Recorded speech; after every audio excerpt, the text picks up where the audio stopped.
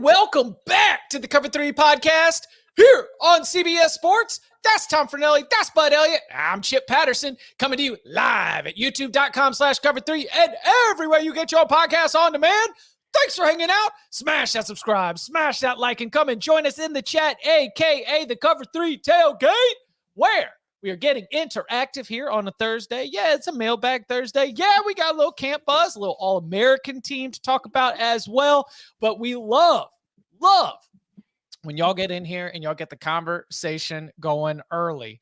So I'm driving and producing here right now. So the link was live early. So shout out to Cabe, who said at 4:11 a.m., he must have just gotten off. He said, my manager slipped up and revealed he's a huge college football nerd today. So I wrote down, quote, the Cover 3 podcast on a receipt and told him about the pod. We've gained a new sicko. Cabe, you got your manager hooked on the pod. You got the tailgate going at 4:11 a.m. Eastern time. So guess what? Your question leads off the show. Mailbag question. 4:11 a.m. 4:11 a.m. Go to bed, Cabe. Listen, if you work in the service industry, that might be when you're home. It's true. You know, like you work, you close, everything that has to do with the cleanup. Many of us have been there. So shout out to Cabe. His question is, if you could undo one major move from conference realignment, what would you undo and why? Ooh. Only one? I mean, and again, like some of these are domino effects. I understand.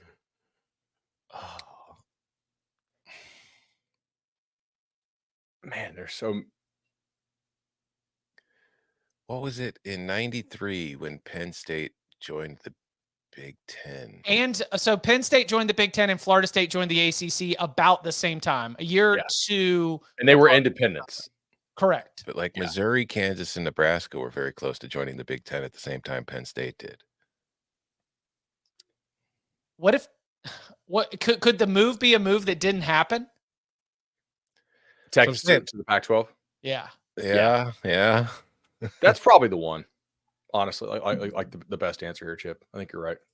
Like you wish it would have, like the move being the fact that it did not happen because of what that would have meant for the preservation of the Pac-12, for creating this like huge Southwestern, conference that included all of these like great football powers. Any others? What if we don't have Arkansas go to the SEC? Like, does that make the Big 12 stay a little bit more united for longer? I don't know. I mean, I don't know. It's like I don't really love any of it as much as I've accepted all of it. But I'll just go back to Rutgers and Maryland joining the Big Ten. It's like I've kind of accepted that they're in the league now because they've been in for a while and you just kind of get used to it. But yeah, I mean, I guess in hindsight, it makes a lot more sense for them to be in the league than USC, UCLA, Washington, and Oregon. But here we are. So, let's carry on forward.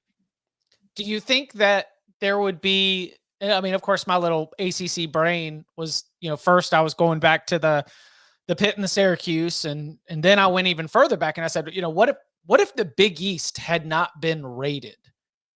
Yeah. Miami probably continues to be as dominant or has more wins or is more relevant. I mean, I feel like we're in a situation now where Miami might be winning more games, but I don't know if it would be as relevant because we've seen like conferences just kind of get pushed aside and left out. Like Florida State went undefeated, won the ACC, and got left out of the playoff. How much respect would Miami be getting for winning the Big East? Fair. Yeah. But if you still had Virginia Tech, if you still had Miami, and you had those years where, Virginia Tech won, I think, 10 games in 8 straight seasons as an ACC member, like right when they joined. Mm-hmm. The problem was they weren't going undefeated. And when they got to those BCS bowl games outside of the BCS championship game, they were losing. Like the ACC went 2-13 in BCS games in the BCS era. If you want to look at the reputation of Atlantic Coast Conference football, a lot of it stems from the fact that every single time they showed up on the big stage at the end of the year, they lost. And at the same time, the SEC ran off 7 straight national championships. Can't imagine rooting for a conference that lost a lot of games on the big stage. That just simply could not be. I don't root for a conference. Right. Yeah, sure you don't. Sure you don't. You root for a state. You root for every school in a state. Yes, bingo. And you know how many of those big stage games the state of North Carolina loses? Not many. All right. Thank you to Cabe for jumping in and getting that one going. Keep the conversation going in the tailgate. Cody, of course, identifying what a lot of people do when they talk about conference realignment. If you could go back and undo things, you just wish that things were a little bit more regionalized. Let's go ahead and let's buzz it up. Players that are making a buzz. Camp buzz. Camp buzz. Camp buzz. Talking about players that are buzzing. Bud, dropped a little bit of buzz in the group chat today. You want to, we want to pass that to the people, or is that, that's, I don't know why I'm muted. That's kind of jacked up. Okay. Oscar Delp. Actually wasn't me. I didn't hit the mute button and then I mute myself. I heard Oscar Delp's looking pretty good. Yeah. Tom. So. Duh. He's the best tight end in the country. Of course he's going to look good. That's, I'm interested here. Like, so Malachi Nelson not leading or like not pulling away at Boise. Does that change y'all's opinion on maybe what Boise can be? Because it does change mine. That they're a different team if they have a former 5-star playing like a 5-star should play. But I don't know. Like Madsen is no great shake. So if he's not beating him out, that does change my opinion on Boise. Somewhat, actually. All right. So do you believe that that's the? I mean, because at one point, Drake May was in a battle with Jacoby Criswell.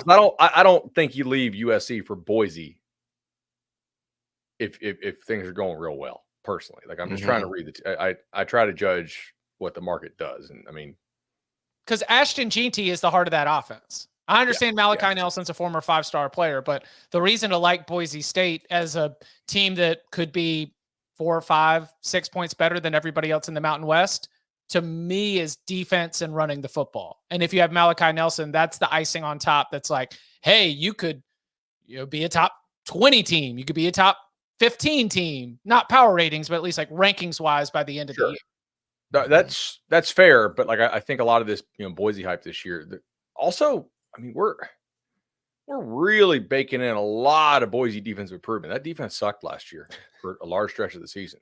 I mean, most Conley had him Conley had him 82nd in the country defensively. Like that's not great. I don't know. I'm not sure anybody else in the Mountain West actually can do anything about it. But that's the thing. Like I was trying to figure out the Mountain West. I was breaking it down. It is hard. As we're doing the win totals the last few weeks, I've been like really diving in. I was just like, man, I really don't know what's going to be any good in this league. Like I assume it will be the usual suspects, but I just don't know how good any of them actually are going to be. So one of the problems is that Air Force has so little returning production this year to where normally I just don't care because they have an unlimited roster size as do all the service academies. And they generally, it's just next man up. Right. But at the extreme margins, this could matter. And they lost almost everybody who mattered for them last season. You have massive roster turnover at San Diego State, New Mexico, San Jose State, big time scheme change at a couple of those places as well. Wyoming just lost Harrison Whaley for I think an undetermined amount of time. I think it was. Maybe the chat can correct me on that, but he's out for now. That's their stud, running back. UNLV lost Maeva to USC. Colorado State is alleging that their quarterback got offered $600,000 and wide receiver. The receiver I buy. The receiver I get, yeah. The quarterback ain't no way, dude. Like maybe total combined times 2 or something. Like between all of the offers you might have gotten. Hey, what's that currency exchange rate? Is there something about Colorado currency I don't understand right now? I mean, Nevada, massive turnover again. So Fresno loses Tedford again. Right. It's like, there's like 7 teams who can win that league. I think that's really how it's going to boil down to. If Boise's not like a legitimate top 40-ish team, if Boise's a top 40-ish team, then they're going to romp over everybody, I think. Right. But if they're not, it's interesting. Okay, so interesting. We've got our eyes on Malachi Nelson, and we will look. I've got more buzz. I Tyler Van Dyke was named starter at Wisconsin, finally officially yesterday. That's But also, encouraging. yeah, I think I mean, it had been trending that way from what I'd heard for a while now, but I think that they finally named it as a big deal. And also today, I believe, is Ryan Day's last time talking to the media before the season starts. So I'm pretty sure Will Howard will be named the starter today too at Ohio State. Didn't Urban just name Cardale Jones the starter like seconds before the game started? When they played, was it the Hokies? Or somebody he named. I remember it's like, all right, it's going to be you. It came out like it was JT Barrett, I think. Maybe it was JT Barrett. Yeah. But I think Ryan Day's I think that he just probably wants to get it done and get it named so they can move on and get ready for the year. Because I mean, it's not like they need to hide it when they're playing. Who are they playing in week 1? Akron. Like, yeah, we don't want the Zips to get any inside information on it. Big Ten on CBS game of the week, 3:30. Is it really? Yes. Yeah, you're gonna watch that for a quarter. Read the hell out of Times live blog on that. Yeah, right now at FanDuel Sportsbook, where you can make every moment more. Ohio State favored by 49.5 against Akron. First quarter, what's the line? Oh, it's about 12.5, 13. It's probably 17.5. Yeah. I was talking with somebody on the production team, and we were discussing this is going to be like really where they have to flex their muscles when it comes to in-game commentary and storylines for, that second half. You got to have your notebook locked and loaded. And that's where I think that our stellar production team on CBS, America's Most Watched Network, the network of stars, I think that's where they'll really shine. I mean, we're got to have our NFL draft expert on there in the second half, talking about like who could go where, why they came back, how much they could move up, how much they can move down. Oh no! Listen, Chip Kelly profile. Yeah, for sure. Mm-hmm. A lot of good Chip Kelly in there. A lot of NIL expert maybe on how much their roster costs. Probably not. I would bet that's not part of the packet. Well, will there be a look at the potential playoff field in the first game of the season during the third quarter? Let's find out. Hey, listen, that's honestly going to depend on. Let's see, who would be the third string quarterback? Devin Brown. No, I think Devin Brown will be second. So saying. Mm-hmm. Like listed second, or who would they actually put in? I'm talking about who is the third quarterback in. If Will Howard is done after halftime. I think Devin Brown will be the guy who gets the second chance. I think they would throw Devin Brown in because Devin Brown stayed around. But I think if they had to go to somebody, like if they knew that Howard was out for the rest of the season or something like that, something bad, I think they would try to get Sayan in early to get him as many reps as possible, because I don't think they think they can win with Devin Brown. And I also think even though Howard's going to be the starter, I think they're going to give Devin Brown snaps, like regardless. I have not been paying attention to the Brown Kineholes like debate. Honestly, I have no idea. Back to Tyler Van Dyke. Tom, you mentioned it's been trending that way. Have you, based on the things you've been hearing, observing, picking up, gained confidence in what Wisconsin's offense might look like, and what because here's what I'm seeing. Wisconsin is in a very thick middle pack. Mm-hmm. They, we draw our line after the top 4, and then we talk about there being a gap. But Wisconsin, if everything goes right, can be near the top of that second tier. Yeah. So one of the keys, I think, is the quarterback play and how it fits in with the offense. What's the sense or the read that you have on Tyler Van Dyke being able to get as close as possible to that form that had him named the Rookie of the Year in the ACC a couple years ago? Personally, I'm not confident anymore that we're going to see that kid that was at Miami as a freshman. I just don't know if that's still there. I do feel like, from what I've heard, is that like it was a rough start when he got there, like learning the playbook, learning all this stuff. It was like anytime you see a new guy coming into a new situation, there's a learning curve figuring things out. And just as camp has progressed, he's getting a little more familiar with the playbook and what he's supposed to be doing, and things are just improving a bit in practice. But it has not been a situation in which I think that he was blowing away Braden Locke. I think it's just as it's gone on, they're starting to see more of the things in practice that they brought him to Madison for. So they're naming him the starter, and was the expectation all along. But Braden Locke was playing well in practice, and they didn't want to give him they didn't want to, say he wasn't going to be the starter because he was practicing well enough and performing well enough that he earned the shot to keep competing for the job. Yeah, I agree. I was very skeptical on Tyler Van Dyke coming in, but it does appear that he's had a better fall than he did spring, as far as camp wise. Like I was pretty down on Wisconsin. Yeah, spring was not great. I was like, oh God, if he can't beat out the other kid like that, Wisconsin's going to suck. And I'm glad that he did. I do think he has a lot more upside than the other option there. Back to your Oscar Delp. This is something related. Saw a mention in the tailgate. Do you take anything from Kirby Smart's comments on depth? I don't know if you saw this, but he talked about we are so much further behind at this point than we have been before. That we are not to the point where if you needed those backups to go in there and play, we don't know if they are as ready. He talks about having conversations with players all across college, not players, coaches across college football. He feels like that is a shared sentiment. Bud, what do you make of the way that Kirby is framing this? I think he is correct because in theory, even with almost unlimited funds, you could acquire a bunch of players to come and be quality depth for you. But nobody has unlimited funds. And the ultimate thing still remains that players want to play.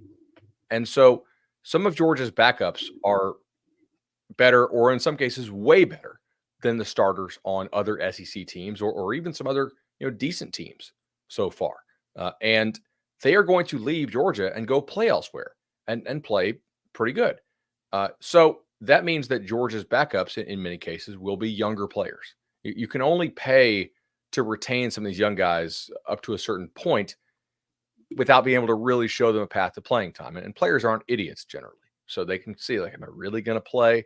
I don't know. I mean, I'm at practice. This guy gets reps before me and that guy. So I definitely think that Georgia and all teams have a little bit less depth than they used to have in terms of like really good second stringers, really good third stringers. And I think that's a great thing for the sport, by the way, right? It's not good if Bama had a bunch of backups on its roster that start for like half the SEC teams, which they often did during Nick Saban's run. So I think spreading the talent around more keeps more fan bases happy and engaged longer because it makes them feel like they have a real chance.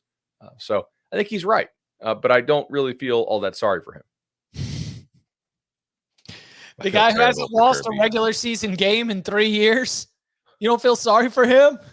I mean, who is the last team Georgia lost to that was not named Alabama? It was you got the. Was it Auburn or no? It was it was We just talked about this the other day. Yeah, Danny had the stats. Florida. Okay. Yeah, with Mullen, right? Yep. Yeah. Yeah. 2020 season. So no, I don't really feel all that bad for him. I'm sure what he's talking about is, they lost Marvin Jones to Florida State. He missed decent bit of camp with the rolled ankle, and now he's just killing it for them. And that's a guy that would probably help them if he can stay healthy. I mean, it's kind of the same deal in Tallahassee. He's got to stay healthy. There are numerous examples of Georgia, like guys leaving Georgia and going to get drafted. Who was the backer who went to white guy left, went to Arkansas and was like all over the field for them? Right. Yeah. Like those are guys who leave those Bama and Georgia type rosters to go elsewhere, and they play well immediately because they're ready to play. So yeah, I think Kirby's totally right. While we're on the subject of like coaches saying things, can I poke the hornet's nest a little bit here? Yeah. All right. So Deion's not talking to CBS, and there was the whole hullabaloo about it last week. And the assumption was it was either like the Big 12 coach rankings or something else. And then there was a story earlier this week in which Deion talked to can't remember the guy's name from On3, but it was the story was basically that the beef with CBS stemmed maybe from like his time working for CBS like 20 years ago. If it's from that, then why were you talking to the reporter before? It just doesn't really add up to me, Coach. It doesn't make sense. Coach, can you talk about this? It doesn't really add up for me. Can you help us? Can you help us understand it? I love the different ways that you can frame a question when you ask a coach. Coach, Also, when you did the 60 Minutes interview, what network was that on? Can you shed some light on this for me? Because I'm having trouble getting a handle on it. Oh, yeah, 60 Minutes. Right. Yeah. Yeah. But this is a 20-year-old beef. That's why he doesn't talk to this one reporter who had absolutely nothing to do with it, whatever the hell it is. I think they're bowling if they stay healthy. That's not terribly controversial. No, Their win total is 5.5. Yeah. Yeah. If they don't stay healthy. Colorado hater, it is. I'm all aboard Colorado. Hold on. Bud is just trying to get as much on record as possible. So listen, I'll make a note. Clip Bud, another positive comment for Bud. Put $2 in the jar. Every time Bud says something positive, Shiloh needs to Venmo Bud $2. There you go. Wait, Shiloh? I'm going to keep my mouth shut. Yeah, I'm going to keep my mouth shut. Yeah, I don't know if he has $2 to Venmo. What about Junior? Okay, what about Junior? Maybe Junior could do it. I think there's a possibility, and this is a slight possibility. I think that Kirby Smart's probably telling the truth, but it sounds to me like Nick Sabin during a lot of fall camps when he was in there talking about how his team wasn't ready, talking about how he's like, they need to work harder, talking about all the things they need to do to improve. And Kirby's smart enough to understand that, maybe his players have no clue what he says at media availability, but Nick Sabin is gone and his DNA very much lives on, because when I saw that Kirby Smart comment about depth and younger guys that are not quite ready to go out there, second string guys that are not quite there yet, that sounded to me like trying to light a fire under the ass of some super talented young players that he thinks need to tighten up just a little bit in case they need to get their number called. So was he telling the truth? Yep, possibly. But I also think it might have been some classic old school motivation from the old Sabin tree. When does Kirby drop it? Is this what we want football to be? Let's see. After they play Tennessee. That's not till later in the year. I don't have their schedule pulled up right now, but I would say that not till later. It's like in the late year. in the year, yeah. Yeah. It's after Halloween. After Nico throws for 406 on him. All right. Coming up on the other side, we go into some listener questions. This one coming from the big old bag of mail, where it's being asked, who besides Ohio State's Jeremiah Smith will be some of the most impactful true freshmen in the entire country? We'll get into all that and more. Get it loaded up. Next. Football action continues. Are you ready for this? Ready to take chances? As the gridiron is taken over by the Great White North. It's time to storm the fortress. It's time to fight on the battlefield. Catch the Canadian Football League on CBS Sports Network.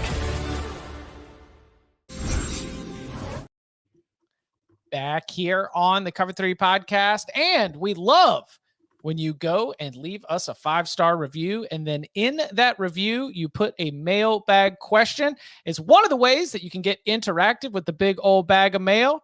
And this mailbag question comes from, here we go. Comes from username MSW. Says, best in the business besides Jeremiah Smith, which freshman are you? I thought that was going to be, you're the best in the business besides this other show that I like. Besides Jeremiah Smith, which freshman are you most excited to see in action? Sure. So Jeremiah Smith, if you guys are part of the audience, which this wasn't the case, but some of y'all do tune out in the offseason a little bit. Jeremiah Smith is almost certainly going to be Ohio State's number 2 or number 3 receiver this year, and already looks like an NFL player and has for about a year. So he's going to be an absolute freak show for Ohio State. Most of my list actually is receivers, and not a moment too soon, because if you look at the best receivers in college football, it's a really, really disappointing group this year. I mean, I look at like the All-America teams, which I know we'll talk about in a little bit, but man, I mean, a lot of guys listed on these All-America teams that are seniors, and at the receiver position, that ain't a good thing. If you're that good, you go pro. You don't come back for your senior year. Like Egbuka, Tez Johnson, guys like that. I'm like, Restrepo, Torrey Horton, Trey Harris. Like, man, if you're really, really the goods at receiver, you go pro. So I think we lack talent at the top of the receiver pool this year in college football. But help is on the way in a big time way, because this was the best crop of receiver recruits I've ever seen. And top to bottom, it is nice. So Jeremiah Smith, as we already mentioned, Cam Coleman at Auburn apparently has done to Auburn receivers what we saw him do when I was texting you guys on the group chat and talking about in Cover 3 at the UA All-American game here in Orlando. Bryant Wesco, huge for Clemson. Like, could be Clemson's most dynamic playmaker. I think Hudson at Texas Tech, could be a guy that comes on, pretty hard. Receiver is a really, really big position here. I got a lot of guys who I think will play and will play early. I would say line of scrimmage wise, a couple. So Jordan Seaton at Colorado is almost certainly going to have to start for them. I did see a good clip of him in camp the other day. So let's give that kid a shout out. Looks like he's dropped some of the bad weight and is probably going to be Colorado's starting left tackle. We do know from talking to agents in the industry that Colorado was throwing around a lot of money at the deadline to try to find a tackle to come in and start, but they did not get that player. So Seaton's going to have to be that guy, but I think he looks in really good shape. Edge rusher wise, I think Dylan Stewart at South Carolina is a dude who's probably going to have to play a lot for them. I have not heard much about who is the guy who transferred to Florida State, wasn't all that great. Beamer made a big deal that he transferred back to South Carolina. Gilbert Edmond, I haven't heard like a peep about him in practice reports, at least not from the ones I read. So Dylan Stewart, I think, is going to be a guy, edge rusher for them, potentially an impact guy. And then at UF, the guy was like a top 10 player in the country for us. Real big kid out of Daytona. Jay McCray. Yes. He's going to be a guy that I think will play and have an impact for Florida. He almost has to play given what their DN depth is in Gainesville. So those are some of the guys. Ryan Williams at Bama, I should mention as well. Like, apparently he's kind of pushing his way into the rotation.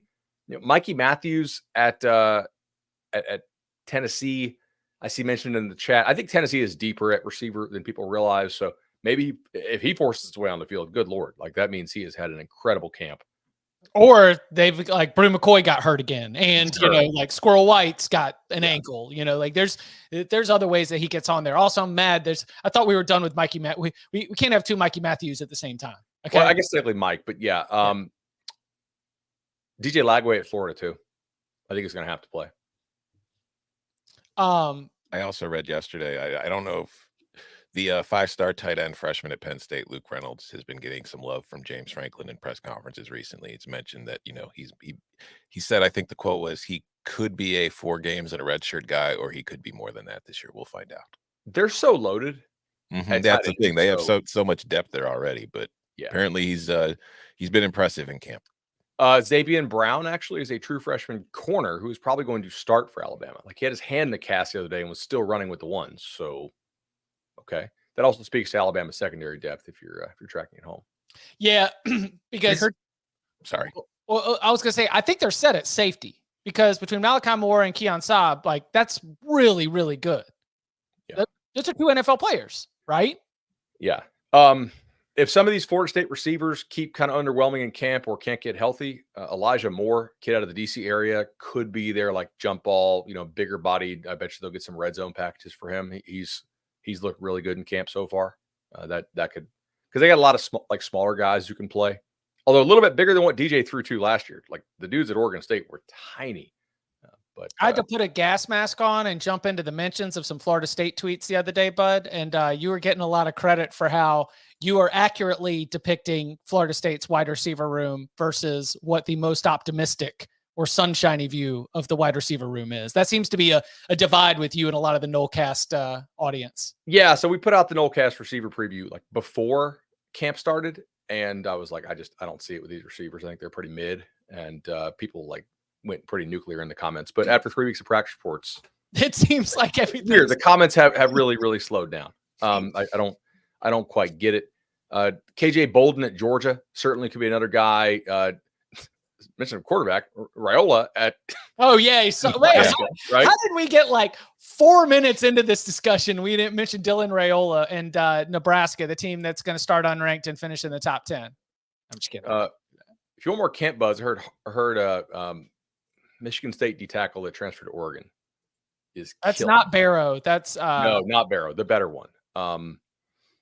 It's not Harden. It's I don't know why I'm so off with player names today. Apologies, but well, I mean, you American puked up still really- everything in your system for the last 24 hours. So Yeah, that is true. I think I that know- you probably lost some player names in there. Are you discussing? Oh, Harmon, Derek Harmon. Yeah, Derek Derek Harmon. Yeah, For me, it's I couldn't even drink numbers coffee more yesterday. than I drank like names. 3 large Diet Cokes, and that was it. It was just I can keep it down. That's like for me. I remember numbers more than names. I've heard that the Banks kid, Travaris Banks, the corner at Ole Miss, has been balling out pretty hard. So that's a nice hit for them. Who else? Just scrolling. I'm just scrolling like the top 150 and just kind of trying to square that with names that I have heard from different personnel people I speak with. And I think that's pretty much it. I mean, KJ Bolden at Georgia. Did we already say him? yeah. Did we mention Gatlin Bear? How's he doing at Oregon? Didn't he take a mission? I Did thought he went on an LDS mission. I didn't. Okay, because I was gonna say I haven't. I know he was highly rated, but I haven't heard much about him this spring. So I was wondering if you'd heard anything or this fall. I heard Oklahoma really likes Hawkins, the freshman quarterback they took behind Arnold. As the second stringer. Yeah, All right. but like they think long term he's a hit. So that's encouraging to hear actually. All right, let's jump back into the tailgate. This one comes from Lane. This one Kiffin? also from what? Kiffin? Lane Kiffin? No, Jennings. Lane Jennings.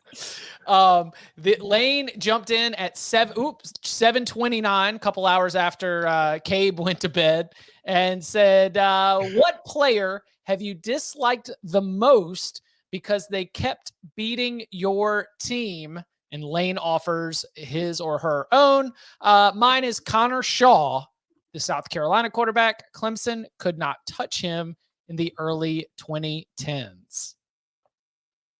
Oh, Sean Taylor, easily, because Chris Ricks just threw him the ball every freaking play.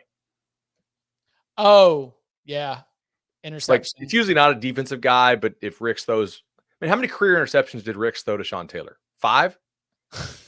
5 in 3 Ricks? meetings or something like that. Yeah, I mean, like it was, yeah. Um, I am an Illinois football fan, so it's kind of hard for me to limit the number of players who routinely beat Illinois. But I have always hated Anthony Thomas for fumbling twice in a game against Illinois in 2000, in which Michigan won 35-31, in which the rulings, he fumbled twice. They said he didn't fumble either time. And then after the game, the Big Ten was like, yeah, no, he definitely fumbled. We screwed that up. So Illinois should have beaten Michigan that year. I was there. I saw it from the stands. I knew they were fumbles, and I was sitting in the student section. But, yeah, so I've always hated him for that, even though he then later played well for the Bears. But still, I've held that grudge against him.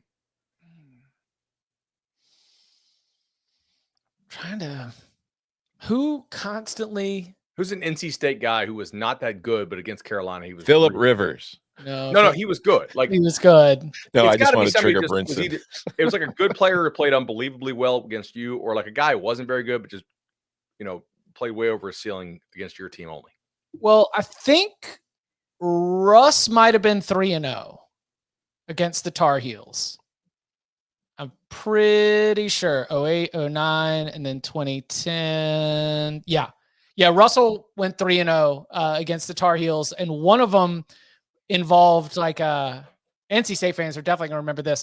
I want to say they called it like a 2-yard Hail Mary or like a 6-yard Hail Mary. One of those down and goal situations where Russ just ran around so much that he ended up running like 30 yards backwards and then like heaving it into the end zone.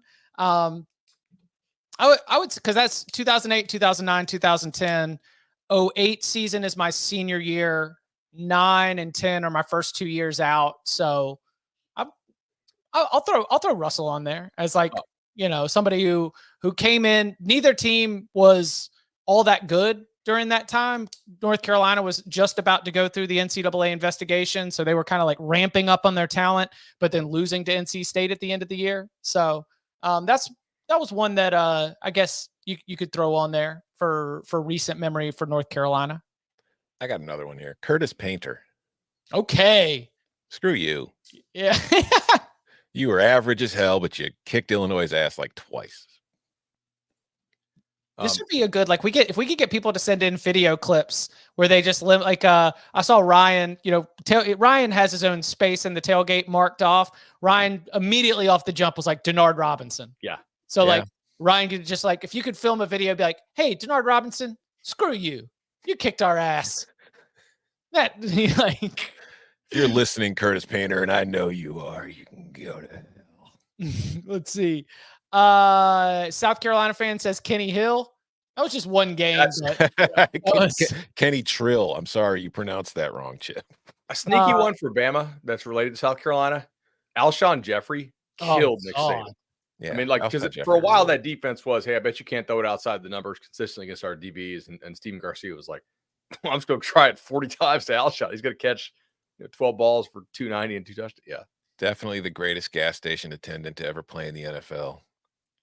Have we talked about? Well done. Have we talked the question's from a guy named Lane, after all. So, I mean, have we talked about the Hugh Freeze comment about how he should have 4 wins over Nick Saban, not whatever he had?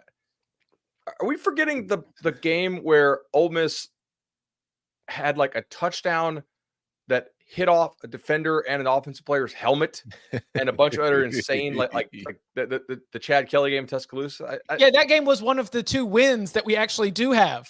Yeah, you should probably have less. Actually, yeah, right. Being real about this, like if you want to count last year somehow, sure, but that one was maybe one of the luckiest games I can ever recall in terms of like bounces just clearly going in a weird way. Well, do you remember that was the thing? Like at the height of the Alabama empire, when they were losing, there would be bananas things that would happen in like the second and third quarter that would be like, I know that 99.9% of the time Alabama comes back and wins this game, but that wasn't supposed to happen. Like we already have enough anomalies that maybe this is going to set up for the great anomaly, which was Alabama losing a regular season football game. And those Ole Miss games had a lot of those bounce off the helmet type stuff go against them. Yeah, that was insane. That was what, the 2015 game, right? Yeah. I think that should be a new segment for the show, by the way. What? Coaches be saying stuff. And they won the national title that year, by the way. Yes. I remember people writing like, is the Bama dynasty over? It's like, yes, if everybody else can find a way to rebound bounce balls it off helmets in the hands. Yes, it is. It's very, very over. Oh man. Love that. We appreciate you, Lane. Coming up on the other side, the CBS Sports All-America team is out. Bud referenced it earlier. We'll take a quick look through the list and continue to answer your questions in the tailgate. All that and more. Next. It's me. Yeah, you got it. Never before seen matches and new rivalries unlocked. Trust me, we're just getting started. The Summer Cup is here. Let these games begin. Chip's been getting too comfortable with Mikey on the ones and the twos. He's getting in the next, and then he just like, well, go to break. Damn it, what's going on? Come on, Mikey. We are so grateful that Cover 3 is up for nomination in the People's Choice Podcast Awards for 2024. You all have gotten us all the way to the finals multiple years in a row. Let's do it again. Let's bring the trophy home this year. You can nominate us to advance to the final round. Hey, one game at a time. All right. One game at a time. We got to get to the final round first before we can win the whole thing. So we need you to help us out. Go to podcastawards.com/app/sign up to nominate the Cover 3 podcast to advance in the sports category of the People's Choice Podcast Awards. Once again, that is podcastawards.com/app/sign up. If we win, Danny will shave his head. There is no bet that. Do we have the link to that in the show notes? The sign up thing? Yes. Okay. Guys, click the link in the show notes and vote for us. All right. And Danny will shave his head. Ryan, who we mentioned earlier, says doing player drafts this year. Very interesting, Ryan. Do we have a mole at cover 3? No, know. they've been asked. A lot of them have been asking, and like, are we going to do the quarterback draft the way we have traditionally done it? No. The wide receiver draft? No. Oklahoma drill, like maybe we'll bring it out as a fun, one-off. I know a lot of people liked it, but we've got a surprise coming. We are going to be highlighting a player draft, a unique player draft that I think a lot of y'all are going to enjoy. We will be knocking that out next week. Finally got it on the books. So keep your eyes and ears peeled. We got a little something in more of the fantasy line of thinking. So 120 players worth of drafting? Buddy, 30 rounds. Unless you want to do weekly drop ads. No. I get it. Let's put the time in now. Let's best ball. Yes. We're gonna do it. We're gonna knock it out, and we're gonna have it for y'all. A big 30-round player draft for the Cover 3 podcast, and it will be bonus content delivered to you on YouTube and wherever you get your podcast. So don't worry about that. All right, this is a fun one. Kind of follows along with the players who maybe got under the skin of certain fan bases. King Laws says, which team do you believe to be the most hated in every conference? We want to do every conference or just... I don't know, is anybody hated in the Sun Belt? Probably not. It's too many, there's too much changeover. All right. Big Ten is Ohio State. Yes. Slight kind of thing last year with the Michigan and the whole scandal thing, but no, it's for the most part Ohio State. In the SEC, it's probably just Alabama. Probably. But I feel like that is a league with a lot of hate in it, and it goes in a lot of different directions. It's like everybody catches some, whereas I feel like in the Big Ten, there's really only 2 that people hate. In the ACC, it's probably Florida State or Miami. Florida State. 100%. Because Miami hasn't been good. Tennessee did rain down golf balls and mustard bottles. This is true. And I'm trying to think that part of the SEC, Tennessee, Alabama, Georgia, all have that whole multiple rivalries thing going on. But LSU hates Bama because Bama took Nick Sabin. Auburn hates Bama because that's just life down there. Tennessee thinks Bama is a much bigger rival than Bama thinks Tennessee is. And Georgia somehow can't beat Alabama in the SEC title game. So, they got 4 big fan bases going at them pretty hard right now. In addition to, I'm sure the Mississippi schools hate them. Alabama. I think it's Alabama for now. It may die down a little bit depending on how this post Sabin. Or Texas. I mean, there's a really Texas good chance can jump in there. Texas has a Texas way. A year or two. Let's see. Texas just has a way. How about this? Texas is still Super J in the tailgate. Texas is still the most hated team in the Big 12. Yeah, for sure. Just living rent free, baby. I mean, who's the most hated team in the Big 12? I don't know. It's probably still the Longhorns. If you take out Texas and Oklahoma, though, who is the most hated team? It's probably a newcomer because all of the fans of good teams in that league are like, really, we're just going to talk Colorado again. It might be Colorado. It probably is. I guarantee you all the Pac-12 schools that just joined probably hate them. What about Baylor? Yeah, from the bottom there's definitely still some lingering there, but I just feel like they haven't been that good lately, so that kind of kills things quick. That's true. But even when you're not good, if you're Baylor's still loud, right? Basketball, not so much. Are they loud when they're not good? Yeah, they're very loud about basketball. All Who's the most hated team in the Pac-12? Oregon State or Washington State? Washington State. Probably.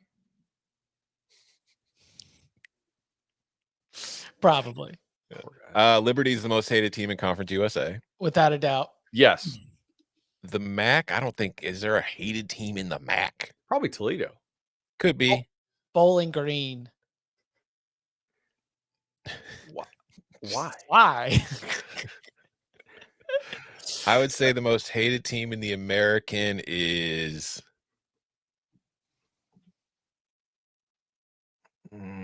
I guess Memphis, but I don't know if anybody. I mean, does anybody hate anybody in that league? Not yet. Yeah, not yet. And the Mountain West, I would say Boise, for obvious reasons, because they've been so good in that league for a while. I would give money. I would not give money. I would put money on North Texas becoming a hated team in the American for the next 10 years. You've lost SMU, there's a chance. So you're saying it's not something just about the Longhorns, it's something about the entire state that just rubs people the wrong way. I think that the entire state is emboldened in ways that can be unbecoming when you get everybody together when you get everybody together. I think that there's something about that boldness that can rub people the wrong way. They say everything's bigger in Texas. I say it's mostly just the egos. That's what you need the big hats for. Yeah. All right. So as I mentioned earlier, the CBS Sports All-America team was released earlier this week. You can go check it out, cbssports.com.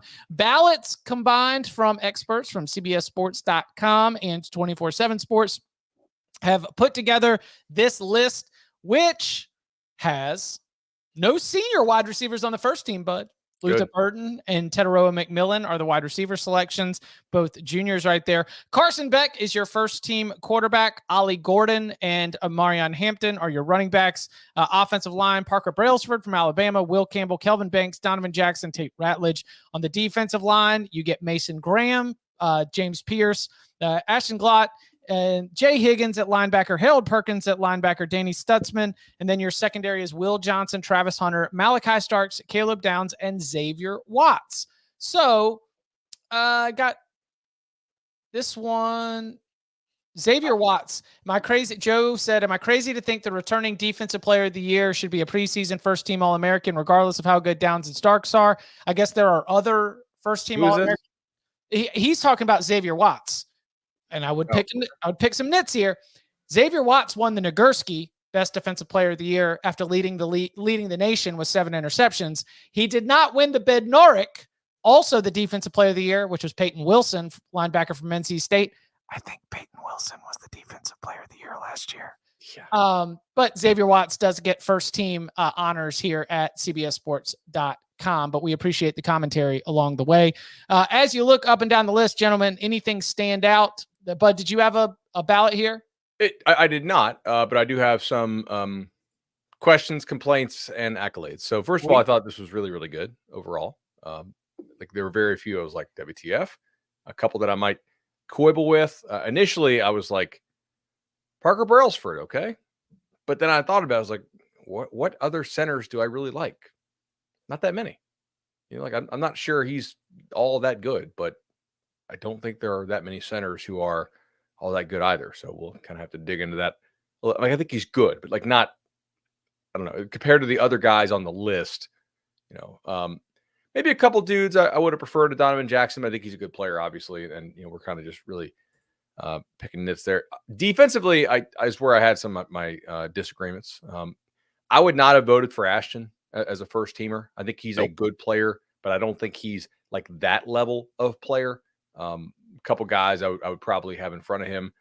And I just think the logic on that is inconsistent with, like, if we're going to go with Ashton because the proven production, shouldn't we also not have Harold Perkins anywhere near the first team? Because he has no proven production. Well, he was as a freshman, he had some nice moments. Last year, I mean, I think the better teams really kind of took advantage of him. So we're kind of projecting a bounce back there, but we're not projecting, maybe one of Georgia's studs to bounce up. But Ashton's solid. I like him. If you want to put him second or third team, I get that.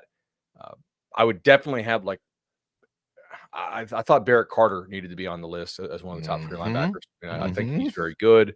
Abdul Carter, I think as well, is a real, kind of game wrecker there. From Penn State. If you want to put Patrick Payton at D end over Ashton, I could see it.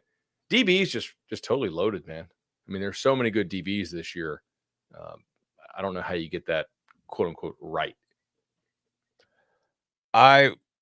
There's one player who I had we had to pick 5 defensive linemen, and to clarify, edge rusher or linebacker depended on where your school listed you on their bio. So there's some, back and forth confusion there. But yeah, like Michael Williams isn't on the first or second team. He might be like a top 3 pick in the draft. Yeah, that Like, was a little weird. I also had a Bill Carter on mine, but he made the second team. Like linebackers, Barrett Carter should be on there. I had Jay Higgins, Stutzman, and then I also had Francisco Mauigoa from Miami on that, and I don't think he made it to any of the teams here. Let me check. No, he did not. Yeah, overall, like this is definitely going to be. There's a lot of good players worth it, but there are definitely some guys that I was surprised by that were left off, or guys that were on there that I didn't even have on my ballot. I had Graham and Grant as my DL1, DL2. Graham makes it, but Grant doesn't. I had Graham Grant Pierce, didn't make Michael second Williams, team. Grant, and Abdul Yeah. Carter. Yeah. Howard Cross, Nick Scorton also I had on my ballot as well. Trying to think, like, where was I, like, the most? You're right, DB's loaded. I mean, I'm with Bud on Donovan Jackson. I don't know how he made first team. I didn't even have him on my ballot. Yeah, I was a little disappointed last year. I had real high hopes for him coming into the season, and he played again, obviously, but I just didn't think he was amazing necessarily. Yeah, I had Will Campbell, Kelvin Banks, Tate Ratledge, Johnny Cornelius, Clay Webb, and Emory Jones on my offensive line, non-center edition. Oh, I had Tyler Booker. Yeah, that's fine. No Tyleik Williams. I had It's Tyleik a little Williams. weird to me. The Ohio State guy, I think he's pretty damn good. He was my 6. Yep. Yeah, it was a I do. I mean, I've got been poring over some of these depth charts, asking myself questions. Like the biases that happen when you get this ballot is that ultimately you are going to come to mind with the players and the teams that you've been breaking down the most. I think that Deontay Lawson's going to have a huge year for Alabama. I didn't have him as my linebacker 1, but I had him on my linebacker ballot. Did you guys go? Yeah, totally. And linebacker is tough. Did you go Gabriel too? I did. Okay. I mean, it's very safe. The guy might win the Heisman. So I went back in Ewers. Yeah. Well, I went with the guy that won the game last year. No Nico thought? No. I you know what? I'm not gonna lie. I was very much like, should I put Nico at QB2 on my ballot? Yeah, Beck and Gabriel just. And by the way, Carson Beck is our preseason player of the year at CBS Sports. Our preseason coach of the year is Ryan Day, and our preseason freshman of the year is Jeremiah Smith. Any thoughts on Ryan Day, preseason coach of the year? Yes, I actually had a thought yesterday on Twitter. I was dehydrated. I saw Murph from Bucknuts tweet that Ryan Day was the preseason coach of the year, and I was like, the what? I at first when I saw the headline, I did not realize it was just at the end of the All-America team you name, like freshman of the year and specialist of the year and coach of the year preseason. It's like that's an award that if Ohio State does not win big, they will get totally roasted over. So that's the thing though. Like even Ohio State coaches never win like the Big Ten coach of the year, even though right. It's always the overachiever award. My player of the year, Olive Branch, Travis Hunter. I didn't really look at it as like a Heisman Trophy prediction as much as I just like the best player in the country might be Travis Hunter. I brought this up before, but do you guys know how many times Mike Krzyzewski was named the ACC Coach of the Year? None. Well, none since 2000. Yeah. Bobby Bowden won it twice. Yeah, I think. Coach of the Year should just be named Coach Who Exceeded Expectations. Yeah, that's how it gets voted. Who are we most wrong about to the good in preseason polling? Yeah. Yep. Let's go back and let's give them let's give them a nice little trophy, a nice little award. All right, let's go. Here we go. Preston, would you bet the group of Ohio State, Georgia, Oregon, Texas, or the field to win the national championship this year? But easy call the first. What? Easily first. The group, not the field. Bud can figure out the odds because he's better at that than I am. Like way easily the first. I don't know. I like Texas. A lot of injuries. I don't know. I might want another team in there. Yeah, like But I feel pretty confident it's still in Ohio State, Georgia, and Oregon. Texas might have to win. If Texas does not win the SEC, Texas would have to win 17 games. Will have to play 17 games if they also play the conference championship. Like if Texas and Georgia play for the conference championship in Atlanta, Texas loses, Texas gets the 5 or the 6 seed, then Texas, with all the injuries that have already mounted, with all the turnover that they've already had on that team, would have to play 17 games in order to win the national championship. What odds would you take it at though, Bud? Like -200, -150? I'd have to run it, but I would definitely lay odds. Like I would probably, I would lay 200. I think just off top of the dome. Yep. Yeah. How? But all right, parity. So the playoff has dropped parity. Well, this has also run against the idea that right now you are looking at college football and you're thinking like, okay, we've opened up the number of potential winners from a probability standpoint just by introducing a bracket that has more teams. We have, thanks to the transfer portal, thanks to NIL, according to Kirby Smart and others, we've taken talent, we have dispersed it across more teams. Why would the field not be a good bet, especially at plus value? I just think because you gave me 4 teams. I mean, like, and you gave me the top 4 teams in the odds, like meaningfully so. That you go from like plus 600 on Texas to like plus 14 or 15 on Bama. Yeah, as the next team in the group. Now, if you take out Texas and replace it with Tennessee, I'd take it down to -500. So I was going to start thinking like, who makes this interesting? I think Alabama would make this. I think Alabama makes this interesting. I think that Tennessee would make this interesting. I think there are a few other teams in there that when you are trying to consider the field, you've got to say, okay, so who would it be? I think there are 3 or 4 teams that, you know, if the right things fall together, then they could enter, like they probably enter the playoff as an at-large, but because of quarterback play and because of the way that bracket luck might fall, you end up winning it. Sure. No, that's fair. Man. Georgia, Ohio State, Georgia, Oregon, and then the line. Is that the new way we're looking at this? I mean, to make it even money? Yeah. No, if you're getting Oregon, Ohio State, Georgia, it's still going to be. Yeah, you're not going to get it, right? No, you're going to lay like a buck 40. I don't think Texas moves the needle that much there. They're like one of those 4 teams, I think, is probably going to win 2/3 of the time. That doesn't mean another team can't. It's just if you're placing the bet, one of those 4 is going to win more often than not. Totally. Sorry, Chip. Sorry, you dreamt of parity. You dreamt of the playoff, meaning anybody can win it all. I got bad news for you. Go look at how it works in the FCS level when they have their 16 and 32 team playoffs. It's the same damn teams every year. Yeah, the Georgia Bison. It is exciting, though. It is exciting. Hello. Hey, listen, I ultimately, and I've said this before, I'll say it again, whoever wins the college football playoff invitational, whatever. All that matters is that our games in November matter, right? Yeah. You know, that's all that matters is that these games in November are exciting and have stakes, and whatever happens in that invitational, whatever. But we'll give you all the coverage right here on the Cover 3 podcast. So next week, come join us Monday, 11 a.m. Eastern time, where we are going to be going through our final week of win totals. And of course, we're going to be concluding with the Big Ten. We'll do the first half of the league alphabetically on Wednesday, second half on Monday, second half on Wednesday. Then on Thursday, you've been waiting for it, we will have our win totals locks.